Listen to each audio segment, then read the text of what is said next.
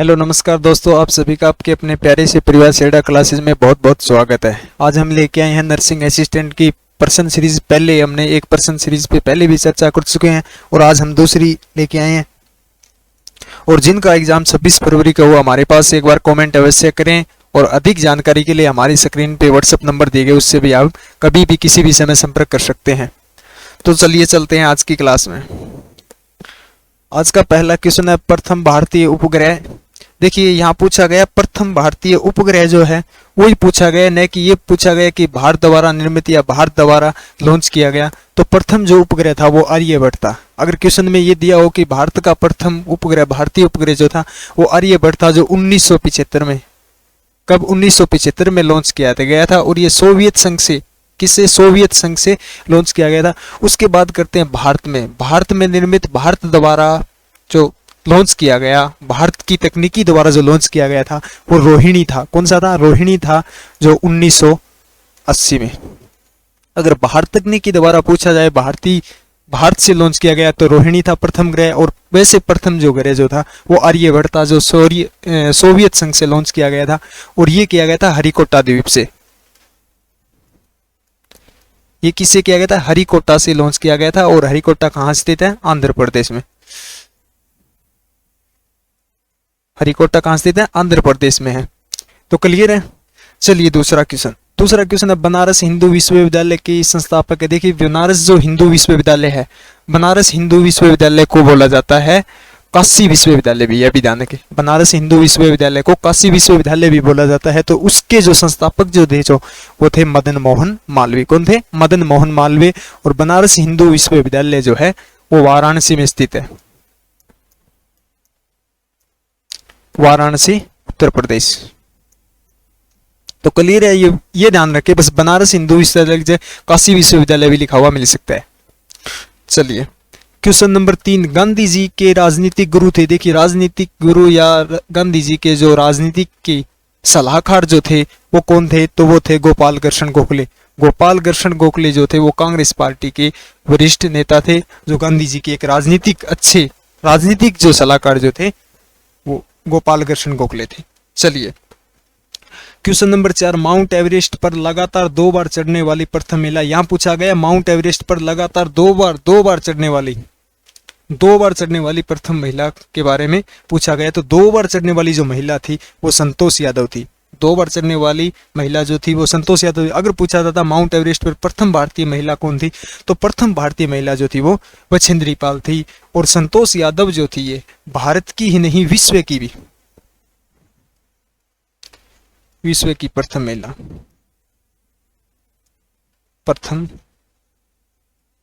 विश्व की भी प्रथम महिला थी, भारत की नहीं। अगर भारत की पूछी जाए, प्रथम महिला पूछी जाए तो विछेंद्री पाल थी। और अगर हम बात करें विश्व की प्रथम महिला जिन्होंने माउंट एवरेस्ट फतेह किया था वो जनको तेबेई थे। कौन थे? जनको तेबेई थे, जो जापान से थे। कहां से थे? जापान से। अगर 2 बार पूछा जाए तो भारत की और विश्व की प्रथम महिला जो थी वो संतोष यादव थी। चलिए क्वेश्चन नंबर 5, राष्ट्रपति राज्यसभा में कितने सदस्य मनोनीत करते? देखिए राष्ट्रपति जो होता है वो राज्यसभा में कितने सदस्यों को मनोनीत करता है या नियुक्त करता है? तो 12 सदस्यों को नियुक्त करता है। और लोकसभा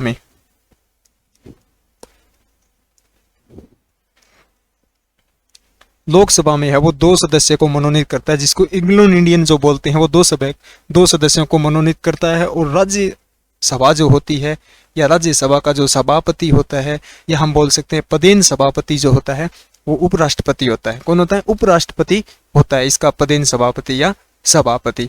और यह भी ध्यान रखें, अभी हाल ही में जो पीछे परीक्षा थी उसमें पूछा गया था राज्यसभा को जो है, तो ये ऐसे क्वेश्चन था निम्न में से राज्यसभा सदन है। तो राज्यसभा सदन जो है वो उच्च सदन है और लोकसभा जो है वो निम्न सदन है। उच्च सदन इसलिए बोला जाता है ये एक स्थायी सदन है जिसे कभी भंग नहीं किया जा सकता। और लोकसभा जो है उसको कभी भी भंग किया जा सकता है राष्ट्रपति की अनुमति से।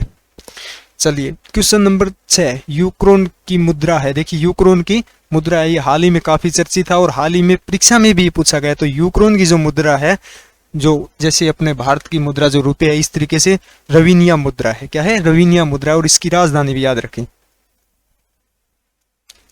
राजधानी क्या है इसकी? कीव। क्या है? कीव राजधानी है इसकी। चलिए आगे भूस्थिर उपग्रह की पृथ्वी से ऊंचाई कितनी होती है? पृथ्वी के भूस्थिर जो होता है उससे उपग्रह को कितने ऊंचाई पे लॉन्च किया जाता है, कितनी ऊंचाई पर छोड़ा जाता है? तो 36,000 किलोमीटर ऊंचाई पर। कितना? 36,000 किलोमीटर ऊंचाई पे। अगर हम एक्चुअल बात करें, हमारे एग्जाम लेवल पे तो 36,000 ही आता है, अगर एक्चुअल जो बात करें तो इसकी है 35,786 किलोमीटर। सॉरी, कितनी है? 35,746 किलोमीटर इसकी एक्चुअल है, लेकिन ये ज्यादातर जो है ये आता है अपने लेवल का जो एग्जाम, उसमें 36,000 किलोमीटर मिलेगा। चलिए क्वेश्चन नंबर 8, भारतीय थल सेना के पहले भारतीय सेना अध्यक्ष कौन थे? देखिए यहाँ लिखा गया पहले, पूछा गया पहले भारतीय, कि भारतीय व्यक्ति कौन थे? पहले अध्यक्ष नहीं पूछा गया, पहले भारतीय अध्यक्ष पूछा गया। तो KM करियप्पा थे। कौन थे? KM करियप्पा थे, जो 15 जनवरी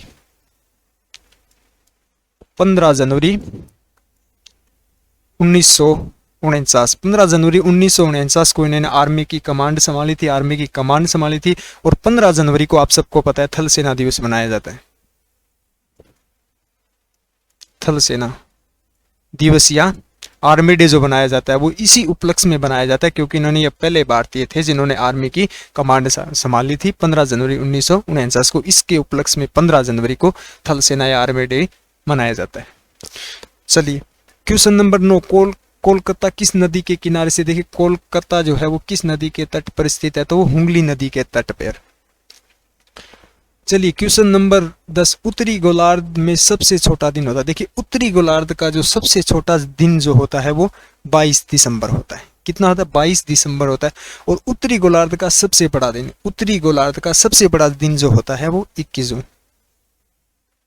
बड़ा, और सबसे छोटा दिन जो है वो क्या होता है? 22 दिसंबर। अब देखिए, अब बात करते हैं दक्षिण की। दक्षिण गोलार्ध का जो सबसे बड़ा, देखिए उत्तरी गोलार्ध का जो सबसे छोटा दिन होगा वो 22 दिसंबर। तो इसी दिन 22 दिसंबर को ही दक्षिण गोलार्ध का सबसे बड़ा दिन होगा, ठीक है। फिर इसका उल्टा, उत्तरी गोलार्ध का सबसे बड़ा दिन 21 जून, तो छोटा कौन सा होगा? तो यहाँ क्या होगा? छोटा होगा। तो ये ध्यान रखिए, विपरीत है, बस 1-2 ये ध्यान रखिए, या तो उत्तरी गोलार्ध के याद रख लेना या दक्षिण गोलार्ध के, दोनों विपरीत होंगे। अगर 22 दिसंबर को उत्तरी गोलार्ध का छोटा दिन है तो 22 दिसंबर को दक्षिण गोलार्ध का सबसे बड़ा दिन होगा।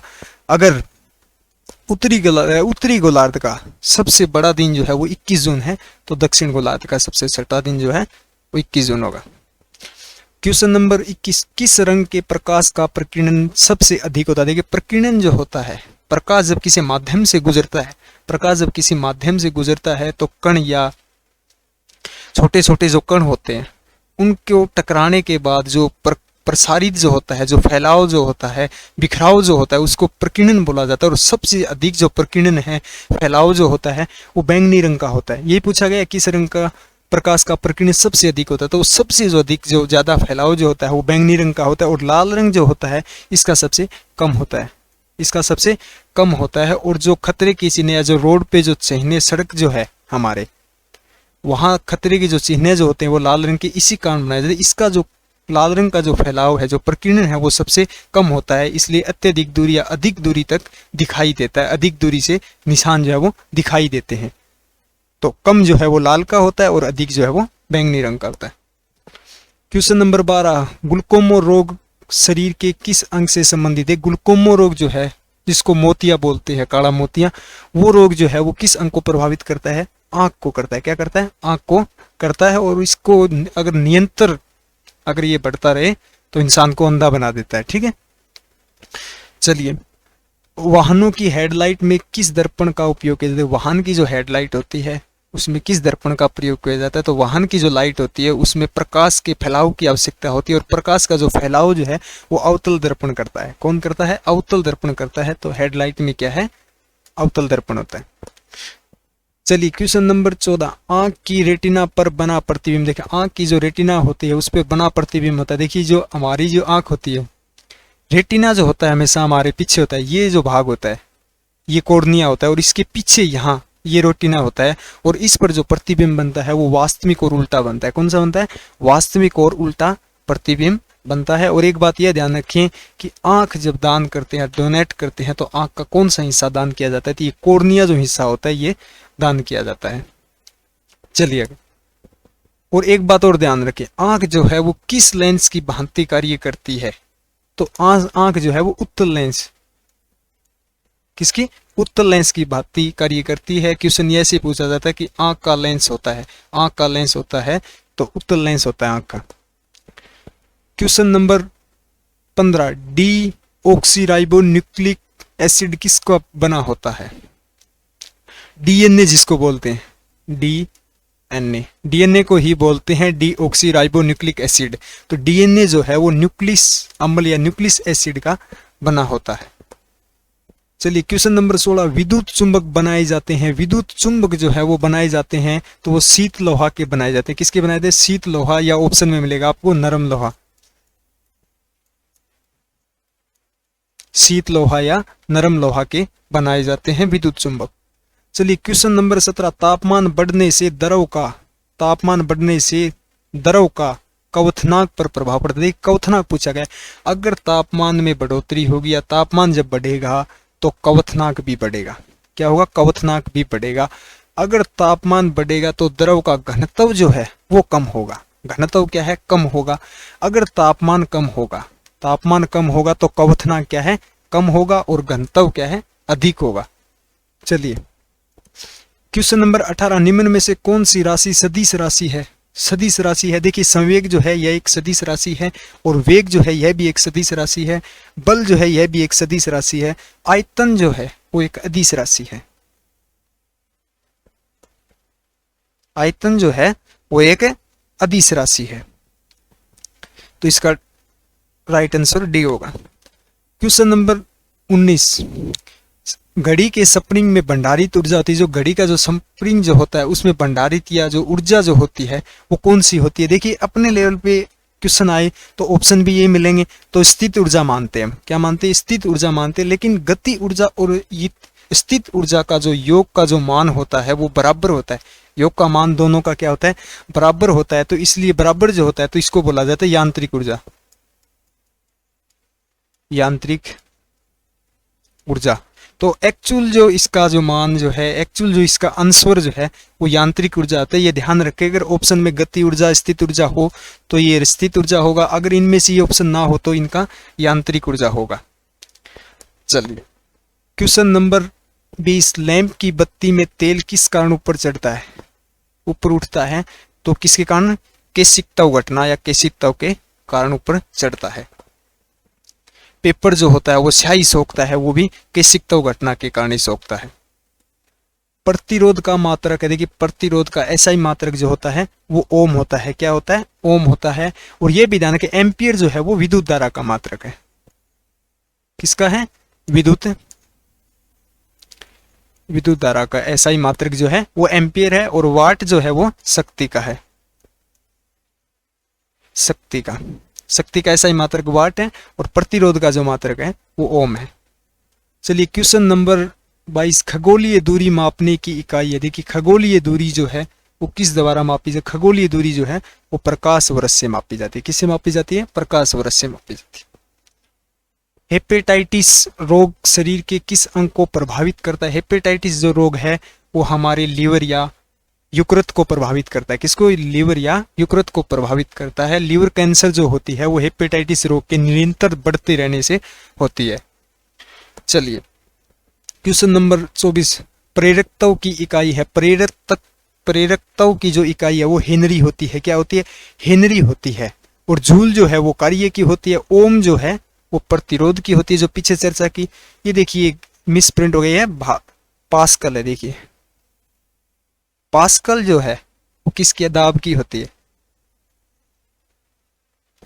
चलिए आगे, तारों का रंग निर्भर करता है, देखिए तारों का जो रंग होता है वो निर्भर करता है, हमें तारे चमकते दिखाई देते हैं, वो उस खुद के तापमान पर निर्भर करते हैं, उसके तापमान पर निर्भर करते हैं, क्या करते हैं, तापमान पर निर्भर करते हैं।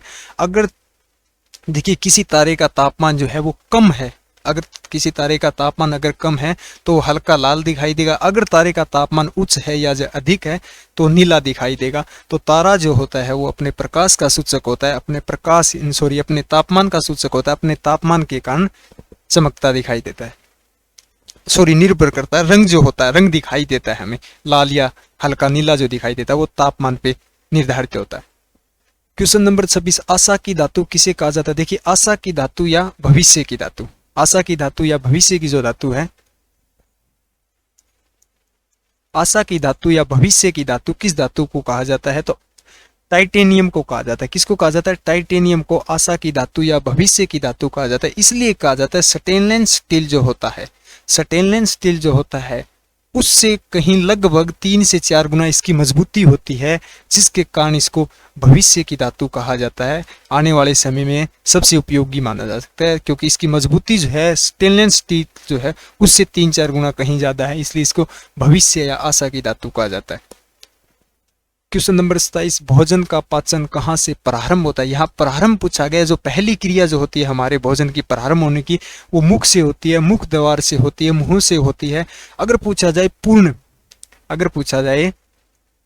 पूर्ण पाचन जो है, हमारा भोजन जो है वो पूर्ण पाचन जो है वो छोटी आंत में होता है। किसमें होता है? छोटी आंत में होता है। अगर पूछा जाए पाचन की पहली प्रक्रिया क्रिया कहाँ से प्रारंभ होती है, तो मुख से होती है, और पूर्ण जो पाचन होता है वो हमारा छोटी आंत से होता है। चलिए आगे, क्वेश्चन नंबर 28, पृथ्वी किन 2 ग्रहों के बीच है? पृथ्वी जो है वो किन 2 ग्रहों? देखिए, सबसे पहले सूर्य है, सूर्य के बाद बुध है, यहाँ बुध के बाद शुक्र है, और शुक्र के बाद पृथ्वी है, और पृथ्वी के बाद मंगल है, और मंगल के बाद बृहस्पति है। तो किन ग्रहों के बीच हुई थी?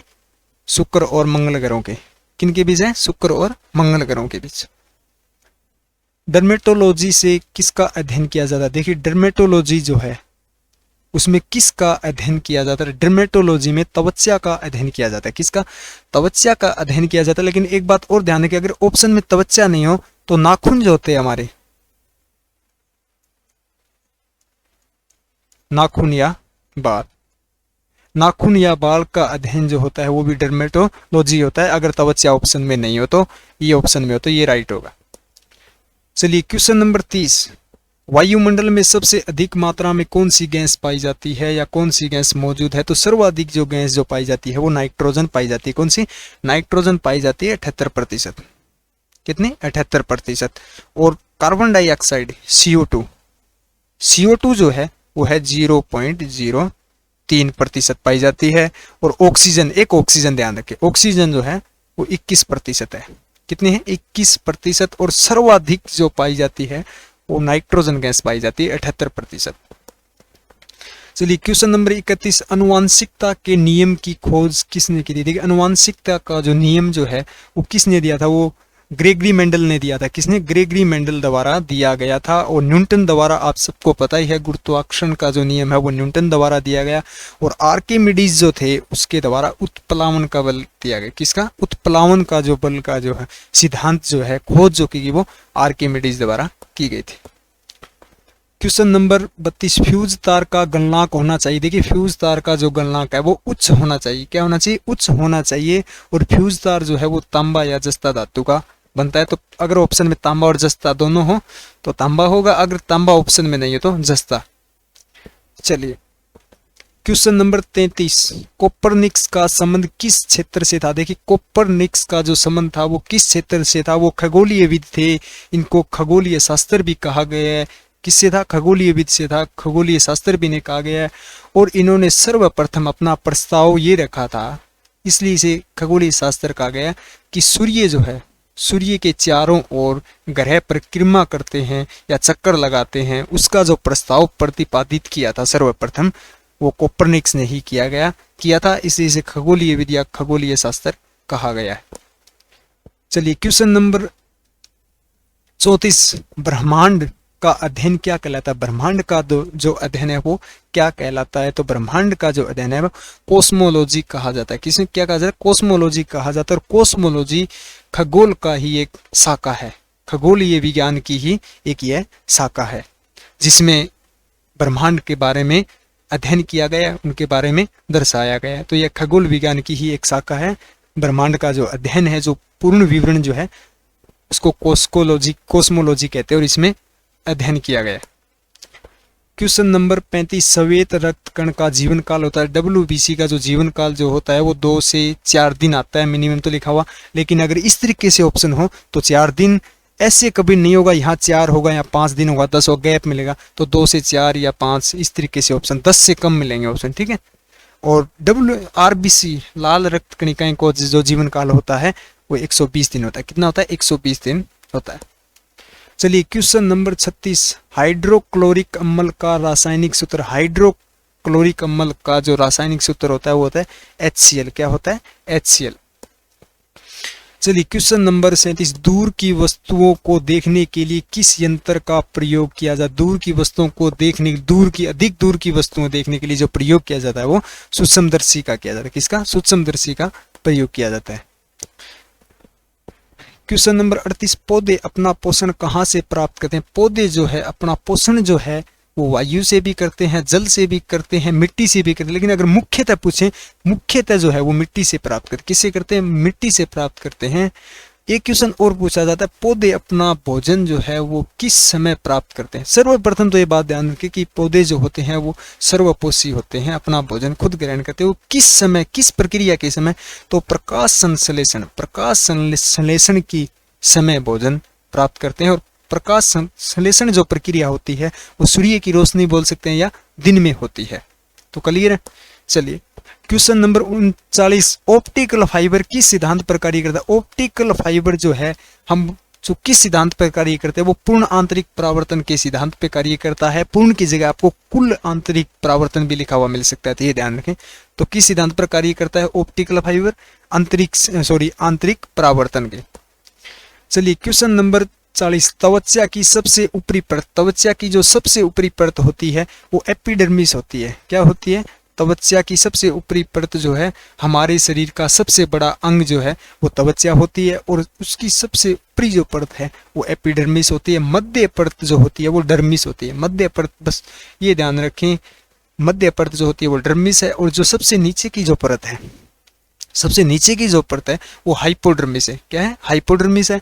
और त्वचा जो है, त्वचा पर 3 प्रकार की परत है। ज्यादातर एपिडर्मिस ही पूछा जाता है, ऊपरी परत। अगर पूछा जाए निचली परत तो हाइपोडर्मिस, मध्य परत जो है वो डर्मिस होती है, और सबसे ऊपरी परत एपिडर्मिस। और परत 3 प्रकार की होती है। चलिए क्वेश्चन नंबर 41, प्रोटीन की फैक्ट्री किसे कहा जाता है? प्रोटीन का जो संश्लेषण जो होता है सर्वाधिक, जो प्रोटीन की फैक्ट्री जो है वो राइबोसोम को कहा जाता है। किसको कहा जाता है? राइबोसोम को कहा जाता है। चलिए क्वेश्चन नंबर 42, बर्फ का पानी पर तैरने का कारण। देखिए बर्फ का पानी पर तैरने का कारण ये होता है कि बर्फ का घनत्व जो होता है वो कम होता है। बर्फ का घनत्व जो होता है वो कम होता है। कोई भी वस्तु अगर जल से उसका घनत्व कम होगा तो वो वस्तु क्या है? पानी पर तैरेगी। अगर हम अब आम भाषा में बात करें तो बर्फ जो है वो पानी से हल्की होती है। तो राइट आंसर ये होगा। चलिए क्वेश्चन नंबर 43, ब्लीचिंग पाउडर का उपयोग किया जाता है। ब्लीचिंग पाउडर का जो है वो उपयोग किया जाता है कपड़े धोने में, गंदे कपड़े विरंजन में प्रयोग किया जाता है। चलिए क्वेश्चन नंबर 44, सबसे कठोर प्राकृतिक पदार्थ होता है। देखिए सबसे कठोर जो प्राकृतिक पदार्थ जो है वो हीरा है। कौन सा है? हीरा है, जिसे कार्बन का अपरूप भी बोलते हैं। हीरा और ग्रेफाइट 2 कार्बन के अपरूप हैं, ये भी ध्यान रखें। वैसे है तो कोयला भी, चारकोल भी, कोल भी, लेकिन ज्यादा मुख्यतः ये पूछे जाते हैं हीरा और ग्रेफाइट। चलिए क्वेश्चन नंबर 45, ओडोमीटर का प्रयोग किस कार्य के लिए किया? ओडोमीटर का जो प्रयोग है वो किया जाता है वाहनों द्वारा तय की गई दूरी मापने का। वाहनों द्वारा तय की गई दूरी मापने का, तो गाड़ी की दूरी मापने का। चलिए क्वेश्चन नंबर 46, रेलगाड़ी की चाल 40 किलोमीटर प्रति सेकंड हो तो इसकी चाल किलोमीटर घंटे में बताओ। देखिए हमने ये निकाला था पीछे, देखिए 36 जो होता है हमने निकाला, 18/5 जो निकाला था, ये होता है जैसे एक मिनट में 60 सेकंड होते हैं, 1 घंटे में 3600 सेकंड होते हैं। 1 मिनट देखिए, और 1 मीटर जो होती है उसमें कितने किलोमीटर होते हैं? 1 किलोमीटर में 1000 मीटर होते हैं। कितने होते हैं? 1000 मीटर होते हैं। देखिए काटिए इसको, 2 0 से 2 0, ये 18 आ गया और ये आ गया 5, तो शॉर्ट में इसको 18/5 बोलते हैं। अगर चाल किलोमीटर प्रति घंटा में, ये ध्यान रखें, किलोमीटर प्रति घंटा में यहाँ कुछ भी दिया हो संख्या पूछा हो तो 18/5 से हो। अगर मीटर प्रति सेकंड में ज्ञात करना हो तो 5 ऊपर चला जाए, 5 से 18 हो जाएगा। तो देखिए कितनी दी है 40, तो 5 को 8 से काट देंगे और 8 से इंटू करेंगे, 8 8 64 का 4, 6 हासिल और 8 1 8, 8 6 14, तो कितनी होगी किलोमीटर प्रति घंटा, 144 किलोमीटर प्रति घंटा होगी। बी ऑप्शन राइट हो। चलिए क्वेश्चन नंबर 48, 5√25 भाग 5 + 5। देखिए सबसे पहले तो इसको लेंगे 5√25, फिर भाग बटे में कर देंगे 5 + 5, तो 5 से 5 कट जाएगा और रूट जो है 25 का जो रूट होता है वो 5 होता है, तो 5 + 5 ही हो जाएगा 10, तो राइट आंसर होगा बी। क्वेश्चन नंबर 49, 1200 का कितना प्रतिशत 900 होता है। देखिए 1200 का जो कितना प्रतिशत 900 होता है, हमें क्या पूछा है, 900 जो है वो 1200 का, तो बटे में कर देंगे 1200 का 900 कितना प्रतिशत होता है, प्रतिशत निकालेंगे इंटू 100। देखिए 2 0 से 2 0, 3 से 3 हो गया और ये 3 से 4 हो गया, और 100 को 4 से करेंगे तो 25 हो जाएगा, और 25 इंटू जो है कितना हो गया 75। 900 जो है 1200 का वो 75% है। कितना है 75% है, तो सी ऑप्शन राइट होगा। चलिए क्वेश्चन नंबर 50, आज का अंतिम क्वेश्चन। 1200 रुपये की राशि, 1200 रुपये की राशि 10% चक्रवर्ती ब्याज की दर से उधार दी जाती है, तो बताओ 2 वर्ष का मिश्र धन। 2 वर्ष का मिश्र धन पूछा गया है, 2 वर्ष। तो आपको सबको पता है मिश्र धन निकालने का सूत्र है मूलधन बराबर 1 +